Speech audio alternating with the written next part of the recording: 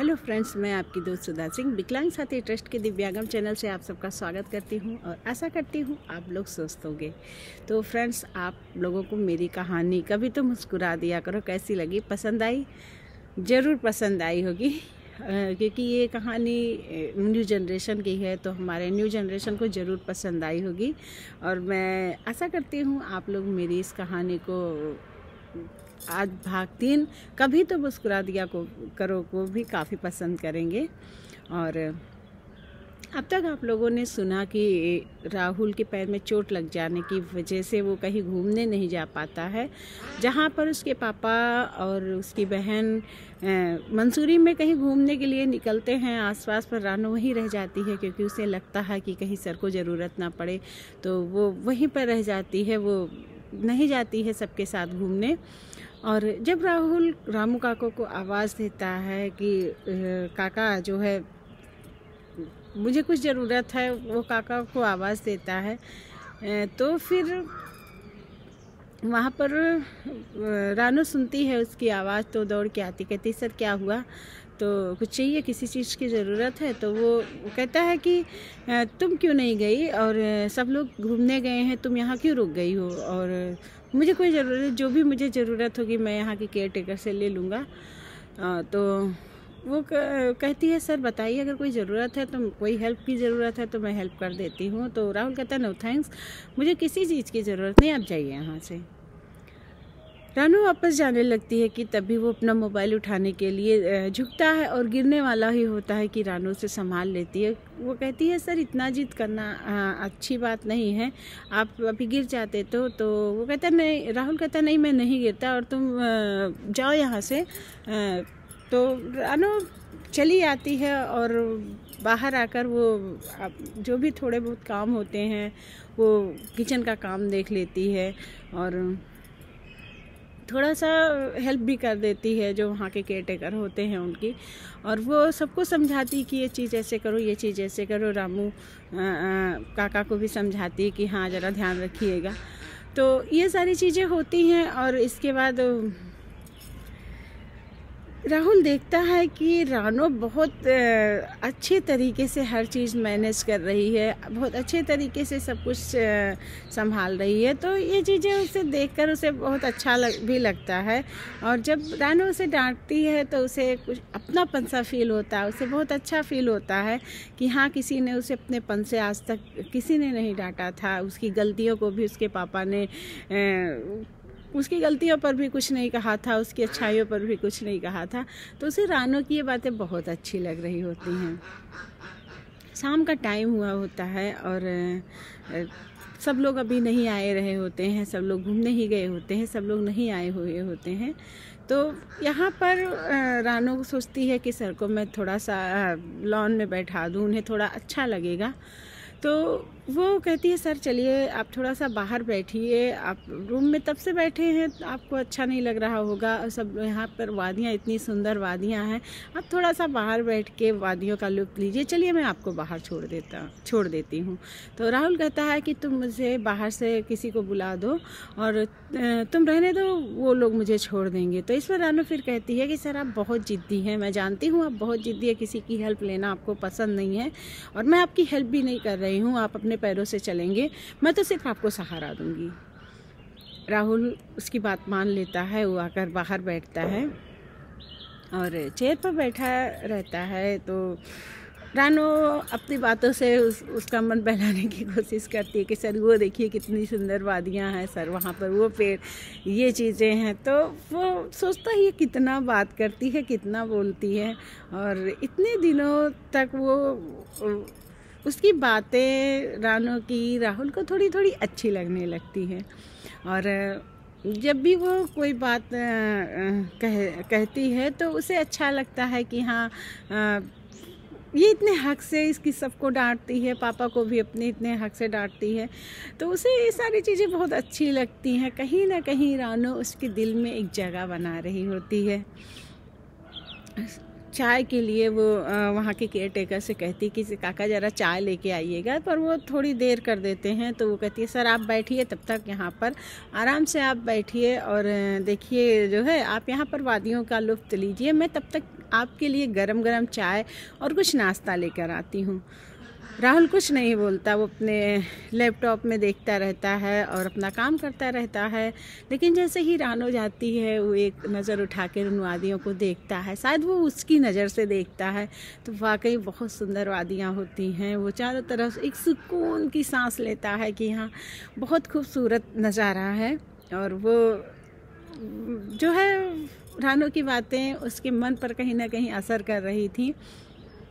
रानो चाय लेने जाती है, वो चाय और नाश्ता लेकर थोड़ी देर में लौटती है और वो चाय सर्व करके जैसे ही राहुल की तरफ लेकर जाती है तो राहुल उसका पैर जो है एक चेयर में फंस जाता है। और वो जैसे ही वो उसमें फंसता है वो थोड़ा सा गिरने वाली होती है कि पूरा चाय राहुल के ऊपर गिर जाता है।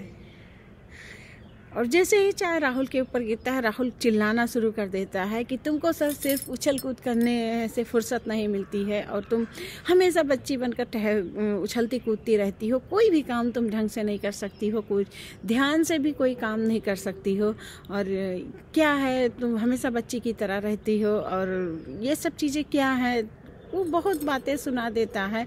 रानो एकाएक वो खड़ी होकर सुनती रहती है, सोचती है, वो अपने अंदर सोचती है कि मैं इनका इतना केयर कर रही हूँ, इतना सब कुछ कर रही हूँ, मैं कोशिश कर रही हूँ कि मुझसे कहीं पर गलती ना हो, फिर भी मुझसे गलती है। पता नहीं क्यों सर को हर बात में मेरी गलती नज़र आ जाती है। तो सॉरी, तो वो सोचती है कि अक्सर जो है हर जगह मेरी गलती नज़र आ जाती है। वो पता नहीं क्यों राहुल की बातें उसे इफ़ेक्ट कर रही थी, उसके दिल को दुखा रही थी कहीं ना कहीं। वो उनकी बातें सुनती है और दौड़ती हुई अपने रूम में जाती है और वहाँ पर वो अपने बेड पे बैठकर रोने लगती है। राहुल भी गुस्से में बहुत कुछ बोल देता है, लेकिन जब वो वहाँ से चली जाती है तो उसे फील होता है कि उसने जो कुछ भी बोला वो गलत था। पर रानो के जाने के बाद उसके साथ कुछ ऐसा हुआ था कि वो अपना गुस्सा बर्दाश्त नहीं कर पाया और उसने जब रानो ने उसके ऊपर चाय गिरा दी तो वो गुस्सा उसके सामने से फूट पड़ा और उसने बहुत कुछ रानो को सुना दिया। रानो शांत थी, वो रो रही थी कि उसे बुरा लग रहा था, उसे राहुल की बातों से फ़र्क पड़ रहा था कि पता। और इधर राहुल भी परेशान था कि उसे इतना कुछ नहीं बोलना चाहिए था। रात तक सब लोग वापस आते हैं तो सब लोग खाने की टेबल पर मिलते हैं, जहाँ पर रानो चुपचाप से नाश्ता करती है और अपने रूम में चली जाती है। और रात में जब राहुल के पापा को दवा देना होता है तो वो रात में आती है, पूछती है कि सर क्या आपने दवा खाई? तो उसके पापा कहते हैं बेटा जी आपने तो मुझे दवा दिया ही नहीं और तो मैं दवा कैसे खाता, और दवा मेरी रखी हुई है और आपने दवा दिया नहीं तो मैंने दवा नहीं खाई। वो दवा निकालती है और राहुल के पापा को दवा देती है। उनका कपड़ा और सब कुछ जो भी सामान बिखरा रहता है सब सही से रखती है और फिर वापस अपने कमरे में आ जाती है। दूसरे दिन सबको वापस जाना होना होता है। वो अपना सामान पैक करती है और सारा सामान पैक करने के बाद वो मिस्टर मेहरा के रूम में जाती है, कहती है कि सर आपका सामान पैक कर दूँ? तो वो कहते हैं हाँ बेटा जी कर दो। और वो पूछती है कि क्या आपने सारी चीज़ें रख ली, सब दवा वगैरह खा लिया? तो वो कहते हैं कि बेटा जी आपने मुझे कल रात में भी लेट नाइट दवा दिया था, आज भी अभी आपने मुझे दवा ही नहीं दिया और मुझे समझ में नहीं आ रहा मैं कौन सी दवा कैसे खाऊं। तो इस पर वो दवा निकालती है, उन्हें देती है। वो गुमसुम सी रहती है। मिस्टर मेहरा समझ जाते हैं कि कुछ ना कुछ तो ज़रूर हुआ इन लोगों के बीच में। राहुल ने कुछ ऐसा ज़रूर कहा है जिसकी वजह से आज रानो जो हमेशा चुलबुली थी, जो हमेशा बोलती रहती थी, उछलती कूदती रहती थी, आज वो रानो दुखी लग रही है। वो समझ जाते हैं अपने बेटे की बातों को, जानते हैं कि उनका बेटा रानो को हमेशा डांटता रहता है, लेकिन वो सोचते हैं कि छोटी मोटी ऐसी ही कुछ बात हुई होगी। और इस बात से वो हर बात पे रानो से कुछ ना कुछ कहने की कोशिश करते हैं, पर वो हर बात का एक टूक सा जवाब देती थी। वो जैसे पहले उछलती कूदती थी वैसे उसने उछलना कूदना बंद कर दिया था। वो वो बात करना बंद कर दिया था। वो सब पैकिंग सबने किया, परी ने भी अपनी पैकिंग की। उसे भी समझ में आ गया था कि भाई और रानो के बीच में कुछ ऐसा हुआ है जिसकी वजह से रानो इतना शांत है। तो वो कुछ पूछती कि रानो ये सामान कैसे रखना है, तो बता देती कि ये चीज़ें ऐसे रखिए। और सारा सामान सब लोग अपना पैक कर लेते हैं और गाड़ी के पास आते हैं। तो एक बार मिस्टर मेहरा कहते हैं कि बेटा एक बार चेक कर लो, कुछ सामान तो नहीं छूटा है। तो रानो कहती है मैंने चेक कर लिया है, कुछ सामान नहीं छूटा है। राहुल उसे देखता है, वो उसे सॉरी बोलना चाहता है पर उसके अंदर का एटीट्यूड उसे सॉरी नहीं बोलने देता। उसके अंदर का ईगो उसे सॉरी नहीं बोलने देता। वो चाहता है कि कहीं पर रानो एकांत में मिल जाए तो उसे सॉरी बोल दे। सब लोग गाड़ी में बैठते हैं। गाड़ी में बहुत सी मायूसी रहती है, शांति रहती है। जहाँ पर आते टाइम खूब खिलखिलाहट थी, वहीं पर अब जाते टाइम ऐसा लग रहा था जैसे कि सब एक दूसरे से बिछड़ रहे हों। सब गाड़ी में बैठते हैं, रास्ते भर शांति रहती है, बस थोड़ी बहुत बातें होती हैं, क्या चीज़ कैसे है क्या, बस थोड़ी बहुत बातें होती, बाकी एकदम शांति बनी रहती है। तो इसके बाद जो है सब लोग अपने अपने घर आते हैं। यहाँ घर पहुँचकर रानो अपनी मम्मी को देखती है तो अपनी मम्मी के गले लगकर वो खूब रोती है। ऐसा उसे फील होता है जैसे वो बहुत दिनों से अपनी मम्मी से बिछड़ी हुई होती है। तो उसकी मम्मी कहती क्या हुआ बेटा, तो इतना रो क्यों रही है, तुम्हारे सर लोग तो बहुत अच्छे हैं, तुम्हारे सर के पापा ने खुद हम लोगों से परमिशन लिया था और तुमने भी फ़ोन पे बताया था कि बहुत अच्छे से एंजॉय कर रहे हैं हम लोग, तो क्या हुआ, तुम इतना क्यों रो रही हो। तो इस बार उसकी वो रानो कहती मम्मा मुझे ऐसा फील हो रहा है जैसे मैं बहुत दिनों से आप लोगों से दूर हूँ। उसके अंदर कुछ टूट रहा था, उसके अंदर कोई दर्द ऐसा था जो वो अपनी माँ से भी नहीं कह सकती थी। उसे बुरा लग रहा था किसी बात का, वो किसी से शेयर नहीं कर रही थी, वो अंदर ही अंदर घुट रही थी और रो रही थी। वक्त ऐसे ही बीत रहा था। रानो रोज़ ऑफिस जाती और वहाँ पर वो कभी भी राहुल के सामने नहीं पड़ती थी। वो अक्सर मिस्टर मेहरा के केबिन में जाती, उनका काम करती, उनका जो भी काम होता वो करती और हर चीज़ बहुत ढंग से कर रही थी। और पर वो राहुल के सामने नहीं पड़ रही थी। राहुल उससे बात भी अगर करना चाहता तो वो इग्नोर करके वहाँ से हट जाती थी। अगर राहुल उससे कोई सामान, कोई फाइल या कुछ मंगवाता तो वो किसी न किसी कुलीग के हाथ भिजवा देती, पर खुद नहीं जाती थी। सिलसिला ऐसे ही चल रहा था, दोनों के बीच एक दूरी सी हो रही थी। और राहुल, अब पता नहीं क्यों राहुल के मन में एक उससे बात करने की और उसे देखने की उसके अंदर एक इच्छा होती कि हाँ कहीं ना कहीं एक बार रानो उसे दिख जाए। उसकी नेचर में भी फ़र्क आने लगा था और ये चीज़ें मिस्टर मेहरा ने नोटिस की और परी ने भी नोटिस की।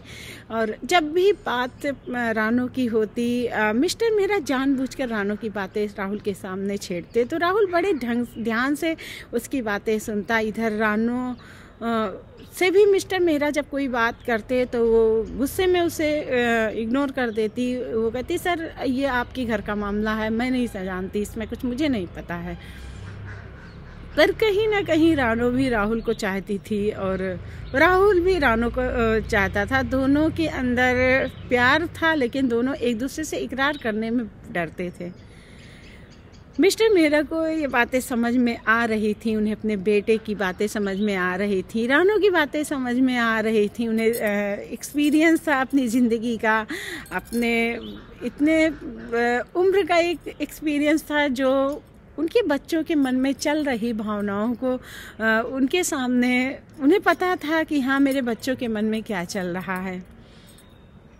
और इधर काफ़ी टाइम तक ऐसे ही चलता रहा और इधर रानो की शादी की बात भी घर में होने लगी। उसके पापा ने कहा कि अब बेटी जॉब भी कर रही है, अब इसकी पढ़ाई भी पूरी हो गई है, अगर कोई अच्छा लड़का मिल जाता है तो हम उसकी शादी कर देते हैं। लेकिन एक बार उसकी मम्मी से इसके पापा कहते लेकिन एक बार तुम रानो से बात कर लो, उसे कोई पसंद हो तो वो बता दे। तो इस पर एक रात उसकी मम्मी आती है रानो के रूम में, वो कहती है कि बेटा तुम्हें कोई एक बात मुझे करनी है। तो वो कहते हैं कि जी मम्मी बताइए। तो वो कहती हैं कि बेटा अब पापा चाह रहे हैं कि हम लोग तुम्हारी शादी कहीं देखें। आखिर हम लड़कियों को कितने दिन तक, लड़की हो कितने दिन तक बैठा के रखेंगे। अब तुम्हारी जॉब भी अच्छी है और तुम अच्छी जॉब भी कर रही हो, तो पापा सोच रहे हैं तुम्हारी शादी के लिए। तो इस पर रानो कहती है मम्मी ये आप लोगों का डिसीजन है और आप लोग देख लीजिएगा जो जैसे होगा, आप मुझसे क्यों पूछ रही हैं। तो इस पर उसकी मम्मी कहती हैं बेटा मैं इसलिए पूछ रही हूँ कि कहीं तुम्हारे जो है तुम्हें तो कोई नहीं पसंद है। तो इस पर रानो कहती है कि नहीं मम्मा मुझे कोई नहीं पसंद है। और यहाँ पर राहुल के पापा भी एक दिन डाइनिंग पर सब लोग बैठे होते हैं और बातें होती हैं। तो राहुल के पापा कहते हैं कि परी अब घर में एक कमी सी खलती है। तो इस पर राहुल कहता है कि काहे की कमी, क्यों आप लोगों किस चीज़ की कमी आप लोगों को खल रही है। तो इस पर मिस्टर मेहरा कहते हैं कि अब एक बहू की कमी हमारे घर में खल रही है। हमारे घर में सब कुछ है और हर चीज़ की सुख सुविधा हर चीज़ है, बस हमारे घर को संभालने वाली कोई नहीं है। और मैं चाहता हूँ परी के जाने के पहले हमारी बहू हमारे घर आ जाए और जिससे वो हमारी परी की कमी कभी ना खले यहाँ पर। तो परी सर कहती क्या बात है पापा, आप मुझे भगाने के लिए आप अपने लिए दूसरी बेटी लाना चाहते हैं। तो इस पर उसके पापा कहते हैं नहीं बेटा, एक बहू आ जाएगी तो तुम्हारा भी मन बहला रहेगा, तुम्हें तुम्हारी माँ का प्यार नहीं मिला तुम्हारी भाभी का प्यार मिलेगा और ये घर भी भरा भरा रहेगा। तुम्हारे जाने के बाद कम से कम ये घर सूना नहीं लगेगा। तो इस पर राहुल कुछ नहीं बोलता है। तो मिस्टर मेहरा कहते हैं कि राहुल मैं सोच रहा हूँ, एक लड़की मेरी नज़र में है, मैं सोच रहा हूँ तुम्हारी शादी की बात मैं उससे करूं। तो राहुल कहता है कि आपको जैसा जो ठीक लगे आप देख लीजिए, आप मुझसे मत पूछिए। तो मिस्टर मेहरा कहते हैं कि शादी तुमको करनी है, ज़िंदगी तुम्हें बितानी है, तुमसे नहीं पूछेंगे तो हम किससे पूछेंगे, और तुम एक बार उस लड़की से मिल तो लो। तो इस पर राहुल कहता है मुझे मिलने की कोई ज़रूरत नहीं, अगर वो लड़की आपको पसंद होगी तो जो है मुझे भी पसंद होगी। तो इस पर मिस्टर मेहरा उसे चिढ़ाने के अंदाज में कहते हैं हाँ मैंने तुम्हारे लिए एक सेक्रेटरी पसंद की थी और मैंने उसे अपॉइंट किया था, उसे तो तुम रख नहीं पाए, और मैं अगर तुम्हारे लिए जीवन साथी पसंद करूँगा तो तुम क्या उसके साथ जीवन बिता पाओगे, क्या वो लड़की तुम्हें पसंद आएगी। तो राहुल कुछ नहीं बोलता है और उठकर नाश्ता करके ऑफिस निकल जाता है। इधर रानू की भी शादी की बातें होती हैं। उसकी मम्मी को जब पता चलता है कि रानू की लाइफ में कोई लड़का नहीं है तो उसके पापा से बताती हैं और इधर दोनों की शादी की बात चल रही होती है। और रानू का एंगेजमेंट आता है इत्तेफाक से उसी दिन, राहुल का भी एंगेजमेंट रखा जाता है। रानू अपने एंगेजमेंट उसको पता चलता है कि हाँ ये नाम है लड़के का, ये यहाँ का रहने वाला है। उसके पापा भी रानो से कहते कि बेटा एक बार एक मीटिंग फिक्स कर देते हैं, तुम दोनों एक दूसरे को देख लो, मिल लो। पर रानो कहती पापा आपने जो भी डिसीजन मेरे लिए लिया होगा सही ही होगा, और ज़िंदगी में एक बार प्यार होता है और ठीक है आपने मेरी शादी का जो भी डिसीजन लिया होगा सही लिया होगा, आपने मेरे लिए जो भी जीवन साथी चुना होगा सही लिया होगा, अगर मैं चुनती तो शायद मैं गलत होती। तो उसके पापा समझ नहीं पाते कि उनकी बेटी क्या कहने की कोशिश कर रही है। और इस तरह दोनों की सगाई के डेट भी आते हैं। तो रानो वो जॉब छोड़ना चाहती है, रानो ऑफिस जाती है तो वहाँ पर वो अपना जो है वहाँ पर अफसर से बात करती कि सर अब मैं जॉब नहीं कर पाऊँगी, मेरी सगाई है इतनी तारीख को, तो आप लोग प्लीज़ ज़रूर आइएगा। तो इस पर मिस्टर मेहता कहते हैं कि बेटा मैं ज़रूर आता, तुम तो मेरी बेटी जैसी हो, मैं ज़रूर आता, लेकिन मैं क्या करूँ उसी दिन हमारे बेटे राहुल की भी सगाई है। ये सुनकर रानो की आंखों में पानी आ जाते हैं, वो उसे आंसू आने लगते हैं, आंसू आ जाते हैं। वो अपने आंसू पर किसी तरह कंट्रोल करती है और पता नहीं क्यों उसे बुरा लग रहा था कि राहुल की सगाई है, उसकी भी सगाई हो रही है। पता नहीं क्यों वो सगाई तो कर रही थी पर बेमन से कर रही थी। इधर राहुल भी सगाई के लिए तैयार हो गया था पर वो बेमन से तैयार हुआ था। उसे पता नहीं क्यों उसे फील हो रहा था कि उसके दिल ने आज जो फैसला किया है सगाई करने का, उसने वो गलत फैसला किया है। और इस तरह दोनों की सगाई के डेट आते हैं और राहुल और रानो की सगाई होने वाली होती है। रानो की फैमिली, उसके पापा बताते हैं रानो की कि जो है यहाँ पर लड़के वालों ने बुलाया है और वहीं पर ही सगाई होगी। ये कोई हॉल होता है वहाँ पर। तो इस पर रानो कहती कि पापा आप तो कह रहे थे कि सगाई घर से होगी। तो इस पर उसके पापा कहते बेटा लड़के वाले हैं, जैसा चाहेंगे हम लोग वैसा ही करेंगे और हमें उनका कहना तो मानना ही पड़ेगा। और चलो कोई बात नहीं, वो लोग चाहते हैं कि यहाँ पर सगाई हो तो कोई बात नहीं, हम भी वैसे ही हॉल बुक करते हैं। और वो लोगों ने अपना अरेंजमेंट करके रखा है। लड़का बहुत बड़ा बिजनेसमैन है, उन लोगों का एक स्टेटस है और हम लोग किस्मत वाले हैं कि लड़के के पापा ने सामने से तुम्हारा हाथ मांगा। तो रानो कुछ नहीं बोलती है, वो दुल्हन की तरह तैयार होती है और बेमन से वो हॉल के लिए निकलती है। एक दुल्हन के चेहरे पर जो चमक होनी चाहिए वो चमक रानो के चेहरे पर नहीं होती है। उसका दिल और दिमाग दोनों अलग अलग दिशा में जा रहे थे। उसका दिल सगाई नहीं करना चाह रहा था पर दिमाग भी कह रहा था कि वो जो भी डिसीजन उसका दिल ले रहा है वो गलत ले रहा है। उसके दिल ने एक गलत इंसान को चूज़ किया था। तो वो दोनों अलग अलग दिशा में भाग रहे थे। किसी तरह बेमन से रानो हॉल पहुंचती है और यहाँ पर लड़के वाले भी आए रहे होते हैं और उधर राहुल की भी सगाई हो रही होती है। और जैसे ही रानो हॉल में कदम रखती है वहाँ पर तालियों से उसका स्वागत किया जाता है। तभी एक आवाज़ आती है, भैया भाभी आ गई। ये आवाज़ रानो को कुछ जानी पहचानी सी लगती है। वो नज़र उठा के देखती है और इधर जब वो लड़का नज़र उठा के देखता है तो दोनों स्तब्ध रह जाते हैं। दोनों देखते हैं कि वो लड़की कोई और नहीं रानो होती है और वो लड़का कोई नहीं राहुल होता है। दोनों लोग चौंक जाते हैं, ये कैसे हुआ। और जिस दिल ने दोनों को चाहा था वो बातें सिर्फ वो दोनों जानते थे, तीसरा कोई नहीं जानता था। और ये चीज़ें हुई कैसे, वो एक आश्चर्य भरी निगाह से अपने पापा को देख रही थी कि ये कैसे हुआ। तो और उधर राहुल भी अपने पापा को देखे जा रहा था और उसने कहा ये रानो। तो राहुल के पापा ने कहा हाँ रानो। तो राहुल कुछ समझ नहीं पा रहा था, रानो भी कुछ समझ नहीं पा रही थी कि ये कैसे क्या है, कैसे पापा और सर एक दूसरे को जानते हैं। तो यहाँ पर दोनों लोगों के पापा सामने आते हैं, कहते हैं कि भाई माफ़ करना, तुम लोग जो है तुम लोग हमारी बातों को माफ़ करना और ध्यान जो है हम तुम्हें समझ नहीं पा रहे, तुम्हें समझने लगे थे। हमारे बच्चे हमको ना समझे, मतलब हम अपने बच्चों को ना समझे, कैसे हो सकता है। हमारे बच्चों ने हमेशा हमें हमारा रिस्पेक्ट किया, हमारे बारे में हमारी हर राय को माना, हमारे हर डिसीजन को माना। तो हम अपने बच्चों की ज़िंदगी में गलत कैसे होने देते हैं। ये सारी बातें वो लोग कहे जा रहे थे। तो इस बार रानो कहती पापा आपको कैसे पता चला। तो उसके पापा कहते बेटा कैसे ना पता चलता, और तुम तो मेरे दिल के इतने करीब हो और तुम अगर कोई बात कहती हो तो मुझे कैसे नहीं पता चलेगा। और तुम मेरी बेटी ही नहीं मेरी ज़िंदगी हो और मैं तुम्हारा पिता हूँ। इसका ये मतलब बिल्कुल नहीं है कि मैं तुम्हारे दिल की बात नहीं समझ पाऊँगा।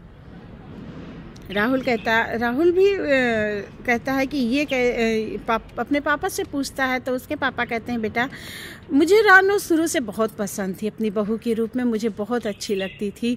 और मैंने जब इसे अपॉइंट किया था तो मैंने जॉब के लिए नहीं, मैं चाहता था कि ये लड़की तुम्हारी लाइफ में आए, क्योंकि जब मैंने इससे क्वेश्चंस किए थे, इससे बात की थी, तो मुझे इसके अंदर एक ऐसी लड़की दिखी थी जिसे मुझे लगता कि ये लड़की मेरे घर को संभाल सकती है। और इसका व्यवहार, इसकी बात, मैं चाहता था कि तुम दोनों आपस में मिलो, आपस में प्यार से बात करो और आपस में एक दूसरे को समझो, पर तुम लोगों ने तो कभी एक दूसरे को समझा ही नहीं। जब भी मिले तब लड़ते ही रहे। और तब मैंने ही प्लान बनाया कि मैं मंसूरी चाहता हूँ, शायद वहाँ पर कोई चमत्कार हो जाए, तुम लोग एक दूसरे से बात करने लगो। पर वहाँ पर भी मैं निहत्था वापस आया, लेकिन आने के बाद मुझे फील हुआ कि तुम दोनों एक दूसरे को चाहने लगे हो। और जैसे ही मुझे ये बातें समझ में आई, मैंने रानू के पापा से संपर्क किया और वहाँ से मैंने इनकी बेटी का हाथ अपने बेटे के लिए मांगा। और मैं जानता हूँ कि मेरे बेटे के दिल में क्या चल रहा है। मैं तुम्हारी माँ तो नहीं बन पाया, पर हाँ, मैंने तुम्हारे दिल की बात को जानने और समझने की हमेशा कोशिश की है। राहुल की आंखें भर आती कि उसके पापा उसे कितना चाहते हैं। और वो इस पर रानू कहती है कि जो है पर पापा, आपने एक बार मुझसे बताया तो होता कि आप इस खड़ूस के साथ मेरी शादी कर रहे हैं।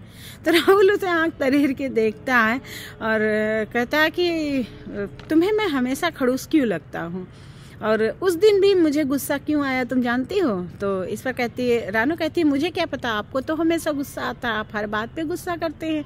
तो वो राहुल कहता है उस दिन जब तुम चाय लेने गई थी तो तुम्हारी मम्मी का फ़ोन आया था, उन्होंने कहा था कि बेटा हम तुम्हारी शादी के लिए लड़का तुम्हारे पापा जा रहे हैं ढूंढने, तो तुम्हारी क्या राय है। मैं इधर से जवाब नहीं दे पाया और फ़ोन कट हो गया।